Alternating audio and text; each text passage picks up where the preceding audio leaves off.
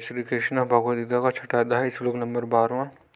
तत्रैकाग्रया मना कृत्वा यथा चित्ता केन्द्रयज्ञया उपावेशनाना युगो-घामागम्यता वशमनस्यते। इसका अर्थ है, उस आसन पर बैठकर चित्त और इंद्रियों को क्रियाओं में वश में रखते हुए मन को एकाग्र करके अंतःकरण की शुद्धि के लिए योग का अभ्यास करें। व्याख्या।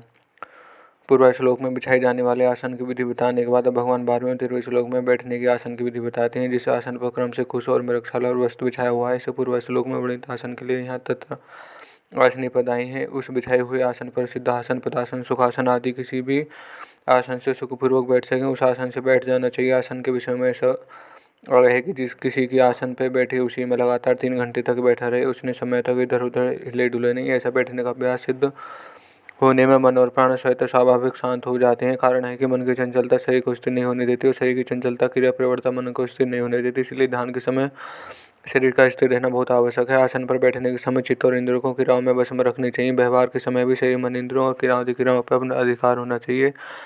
कारण है कि व्यवहार काल में चित्त और इंद्रियों की क्रिया में वश में नहीं होंगी तो ध्यान के समय भी वे क्रियाएं जल्द वश में नहीं हो सकेंगी। अतः व्यवहार काल में भी चित्त आदि की क्रियाओं को वश में रखना आवश्यक है।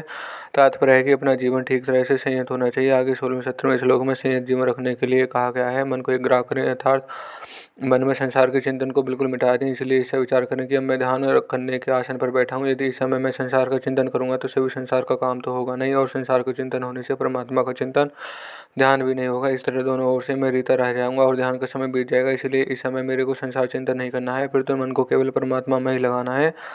ऐसा दृढ़ निश्चय करके बैठ जाए। ऐसे दृढ़ निश्चय करने पर भी संसार की कोई बात याद आ जाए तो यह समझे कि चिंतन मेरा क्या हुआ नहीं है, किंतु अपने आप आया हुआ है। जो चिंतन अपने आप आता है उसको हम पकड़े नहीं, अर्थात ना तो उसका अनुमोदन करें और ना उसका विरोध ही करें। ऐसा करने पर वह चिंतन अपने आप निर्जीव होकर नष्ट हो जाएगा, अर्थात जैसा आया वह चला जाएगा, क्योंकि जो उत्पन्न होता है वह नष्ट होता है। यह नियम है कि जैसे संसार में बहुत से अच्छे मंद कार्य होते हैं, पर उनके साथ हम अपना संबंध जोड़ते हैं तो उनका हमारे पर कोई असर नहीं होता, अर्थात हमें उनका पाप पुण्य नहीं लगता। ऐसे ही अपने आप आने वाले चिंतन के साथ हम संबंध नहीं जोड़ सकेंगे तो उस चिंतन का हमारे पर कोई असर नहीं होगा, उसके साथ हमारा मन नहीं चिपकेगा। जब मन नहीं चिपकेगा तो स्वतः एकाग्र शांत हो जाएगा।